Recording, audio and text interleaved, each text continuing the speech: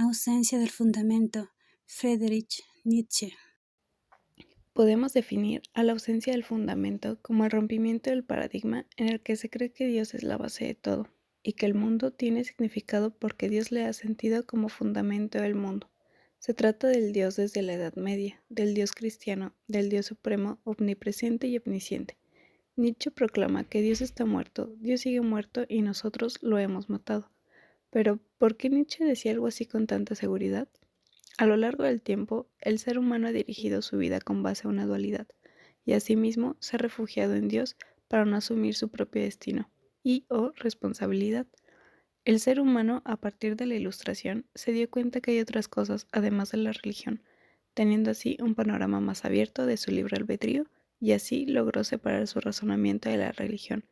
La Ilustración con la razón y la ciencia vislumbraba un tiempo de progreso eterno, continuo y de bienestar. En este videoensayo tomaremos en cuenta el parágrafo 125 titulado El loco de la Gaya Ciencia y la película Sorcerer's Party para explicar de una manera sencilla y amena el paradigma de ausencia del fundamento. En el parágrafo 125 de la Gaya Ciencia, un loco se pregunta, ¿dónde está Dios? Por lo que la gente que se encuentra a su alrededor se burla de él, con comentarios como ¿se te ha perdido? El loco estaba triste y desesperado por encontrar a Dios, porque él creía que sin Dios su vida no tenía sentido.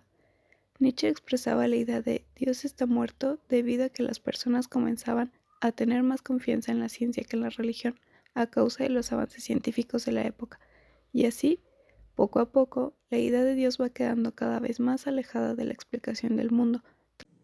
El Dios de la modernidad es un Dios desacralizado, sin fe, sin dogma. Es solo un puro esqueleto, un esquema, un concepto.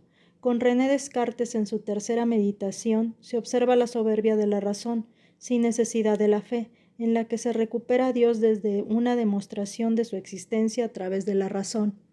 ¿Cómo matamos a Dios? Prescindiendo de Dios como principio explicativo del mundo, desplazándolo poco a poco, haciéndolo a un lado.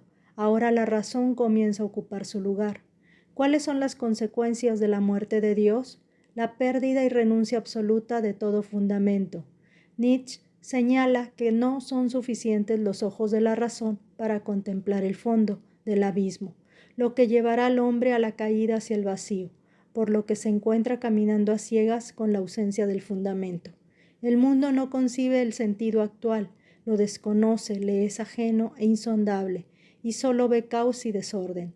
El vacío persigue al hombre, y entre más intenta conocer el mundo, más comprende que desconoce los procesos del mundo e incluso se desconoce a sí mismo en su realidad humana, física, biológica, espiritual y moral. Si el mundo carece de sentido y no hay bien y mal, no hay orientación, ¿cómo construir la vida? Nietzsche lo afronta con el nihilismo positivo, abrazando al abismo y aceptando el sinsentido de la vida, viviéndola y creándola como una obra de arte. O bien el nihilismo negativo, aceptado en Occidente, negando la vida, saltando al abismo, consciente de que no hay nada o encontrando al final del salto la mano protectora de Dios.